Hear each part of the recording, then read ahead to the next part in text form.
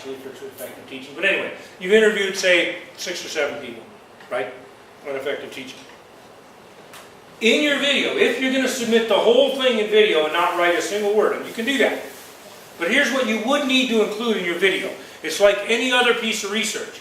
You have to have some kind of introduction, right? So don't just start out with, say, you know, Loyal's the first guy you interviewed. Okay, so you go right into Loyal's interview, and then maybe guy A you interviewed after, and you jump right off, and nobody knows what you're doing. It's just, you start asking about teaching. Well, that wouldn't be good for anything, right? It wouldn't be a good paper. You wouldn't write a paper with no title page on it, right? Or a paper with no introduction. So what am I saying? What I'm saying is what makes a good project doesn't matter what form you use. If you use a video, you still have to introduce what you're talking about. Okay, so if you're doing a video format, you could just come on. You could talk at the beginning. Say, you know, kind of like what I do when I start the class. Okay, this is what we're going to talk about. Say, all right, we're going to, this video is a summary according to practitioners or teachers at such and such a school, okay, or such and such a schools, if there's 3 or 4 schools, about what makes an effective teacher. And you're going to hear from 6 teachers over the next 25 minutes on what makes an effective teacher. And then you interview people. Okay? You ask them the questions, they're on the video, and then you finish and you say, okay, from this we can conclude, or I draw the following conclusions. I found that this teacher seemed to think the following things are effective. This, and this were the things they said. Hope you enjoyed the video, have a nice night, or whatever. You're done. Right? So you can do that without writing a single word on paper if you want. So that was a question Sister Rose asked. My guess is she's not the only one. I've actually had a couple other people ask the same question. And the answer is, you may use whatever format you want. If you're using a video format and you want to put everything on a video, this is not like a thesis, you know, where you have to have someone, you know, you got to put it on paper, you got to use APA format. That's not what this is. You have to do that for your application paper, but this project is, I'm trying to open it up. I'm trying to make it as wide open as I can, because I want you guys to engage in things that you're actually going to be finding useful for yourselves, that you can use later. Okay? That's why I'm actually excited, because people like, I think, Carr and some others sent me an email, asking about going and interviewing administrators on how they provide PD, professional development, for their teachers. I mean, that's great, because that's something you can really use, right? And this is, that's just one example. There's many others that I could bring up. But the point is people are taking things and they're using this in a way that they'll actually be able to make use of it later. Long after the video has been forgotten, long after the report's been forgotten, long after you can't even remember what my name is anymore, you may still be able to use this stuff. And that's great. That's what we want. Okay? So that's what it's about. So if it's a video format you're doing, you can do it. If you're doing a unit, you can set it up as a unit. Whatever it is you're doing. If you're doing a poster, you can just hand a poster in it. That's got everything on it. I'll make it too big because I don't know where I'm going to move it. But, whatever it is you've decided to do, you can make it all, you can use multiple formats if you want. Somebody said, well, can I do a video and then write a page with my conclusions on it? Absolutely. You could do that. You could do like multimodal. You could do part of it could be an audio and then a video segment, and then a conclusion in writing. That's okay. It's what I'm going to be looking at. And then somebody asked me also about the rubric and said, well, the rubric doesn't really cover, because the rubric was designed around the unit of study idea, which was sort of the basic idea, and some of you are doing that. Let me put it to you this way. If I've approved your project, and virtually everybody I've approved their project, I don't think anybody's submitted something to me and I said you can't do it. If I've approved your project, it's up to me to make the rubric match what you've done. I'm not going to come and somebody did a video. I'm not going to say, well, you don't effectively break this into lessons for your grade levels of your students. Well, it's a video. Okay? I'm going to look at what? I'm going to look at professional development. If it's a video on like somebody's going to do on PD, can you use it with teachers? Well, yeah, I probably could. Okay, great. Okay? Is it informative? Right? I'm going to make the adjustment. I didn't want to do, because think about it this way. Considering how open I've made this project and what you can do, what I really would have to do if I wanted to cover everything is I'd have to make about 7,000 rubrics. Because, and actually the truth is that probably wouldn't cover it, because somebody would figure something out that wouldn't fit one of the 7,000. So I have to go to 7001, right? So, but the point I'm making is, there's no way in the world, given how open we made this, that I can make a rubric that covers everything. That's not important, okay? Trust me, I will be fair, and I will assess your project on what you're trying to get across. That's how I'm going to look at it, okay? And I'm going to assess. I'll probably be, if it comes to if there's ever doubt, I'm kind of like in baseball, tie goes to the runner. So if there's any doubt about something, I will give you the benefit of that doubt. So if it's like, you know, should this be a C plus or should it be a B minus? If I'm like this, I'm going to give it a B minus. I'll just tell you, that's just the way I naturally am. Because I believe that I'm not perfect, so if I'm going to make an error, it should be in favor of the student. So don't worry too much about that. Okay, I think you'll find that it'll be fair. Yes? Yeah, when is the due date? Now, tomorrow. Yeah. Tomorrow? No. When did I say? You're late! When did I say these things were due? For September. Week 13? Yeah. Week 13, which is 1st September? Okay? September 13. No. Can we postpone it till 14? What? Okay, let me put it to you this way. Try to get it done by week 13 if at all possible. Okay?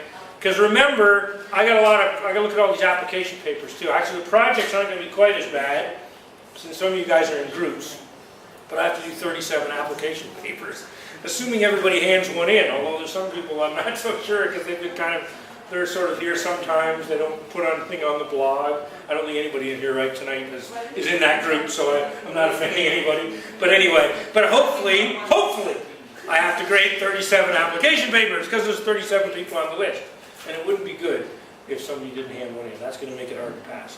But let me just say, try to get it in by week 13 if you can, which is September 1, right? Okay? Please do your best to get it in. I'm going to say just do your best to get it in on time. Okay? If you are, I don't punish people for being late. But having said that, though, I'm also not a believer in, there has to be a really good reason for you to hand something in past week 15. You better come and talk to me about that. If you're planning on being later than that, you better come and talk to me. Because here's what I don't think is fair, okay? The official policy of the university, of the GSOE, which I don't agree with and I don't follow, and I don't have to, because we can make grading according to the way we want to do it, is that we're supposed to give you another month after. If you look in your guidelines, that's what it says. I don't believe that, and I don't do it, and here's why. It's brutally unfair. Because let's say, for example, if some of you are getting close to graduating, and you need to have that piece of paper. If you're getting a job, in some cases, they want that piece of paper. If some of you are just going to go on a vacation, and maybe you're a little stressed, you want to know how you've done, maybe you need a letter of recommendation. There are many reasons. Let's take one step. I'm going to choose Mark, because Mark is such a good sport, and he knows that I don't really mean it, that it doesn't apply. But Mark decides to be the lazy student, okay? And he's not going to hand in anything until absolutely the last second. So he's going to drink as much beer as he can, and he's just going to be lazy, and he's going to go right to 1 month after that day, and he's going to come in and give me everything, right? So what happens? Everybody else, I can't release the grades, right? Because I got to have a class grade, right? So I have to hold everybody else up, okay, for this. Is that fair? No, that's not fair. I mean, I hope we can appreciate it. So I've given everybody lots of chances. I've given you that. I will extend. Don't go past week 50. Don't put me in that position of having to fail somebody because they didn't bother to turn stuff in. Don't do that to me, okay? Because I don't want to do it. It would break my heart, but I will fail you if you do that. So don't do it, okay? Hand it in by week 15, okay? But please, if you can, get it in earlier, because the thing is I got to grade all those papers. I don't want to do a good job. And I want to give you feedback. I don't want to just throw a grade to you and it doesn't mean anything. I want to be able to give you feedback so you can look at it and go, and then if you have a question, you have time to ask me. Okay? If you want to know about how to do something better next time. If you hand it in week 13, week 14, we can do that. Okay? So try to help yourself as well. okay? But I will make the absolute deadline is the week 15, okay? And if you have a really good reason to go beyond that, come and talk to me. You know, if your mom has a heart attack, and and that happened to my mother, so I know what it feels like. It's real, okay? Your mom has a heart attack, and you got to do what I did when my mom had a heart attack several years ago, and get in a car and drive from one side of Canada to the other side of the U.S. 72 hours straight to get there, okay? Guess what? That just became a good excuse for you to be week 16, week 17. I will work it out.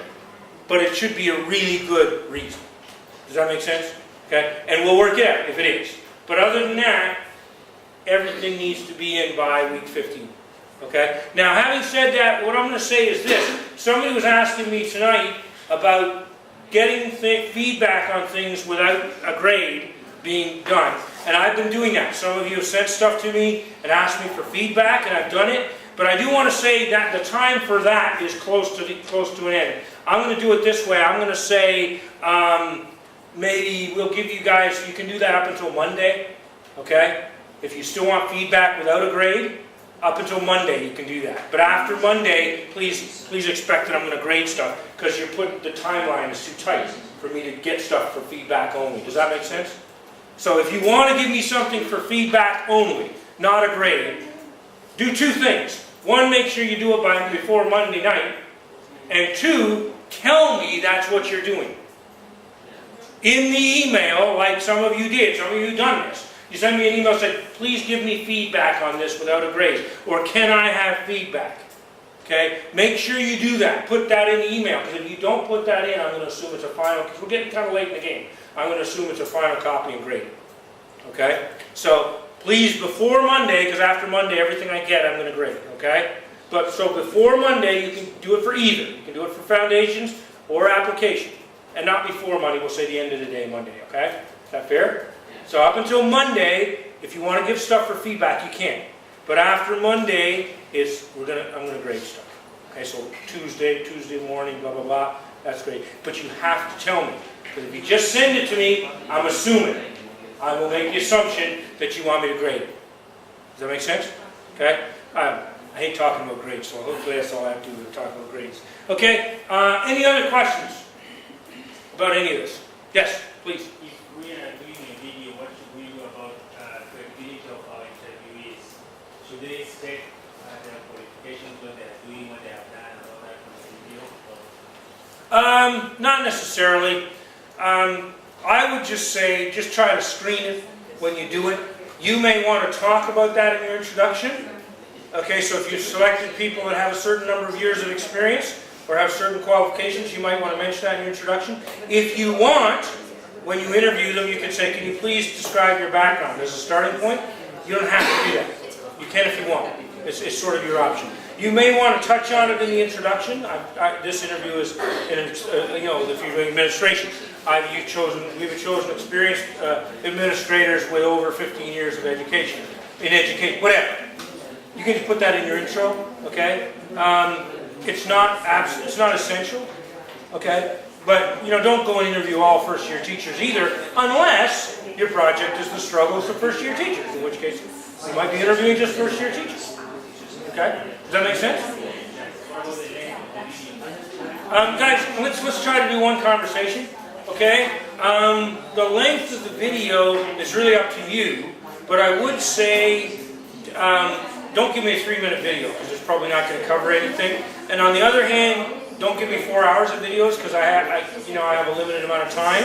So try to sort of keep it in the sort of 30 to 45 minute, but make sure you cover everything.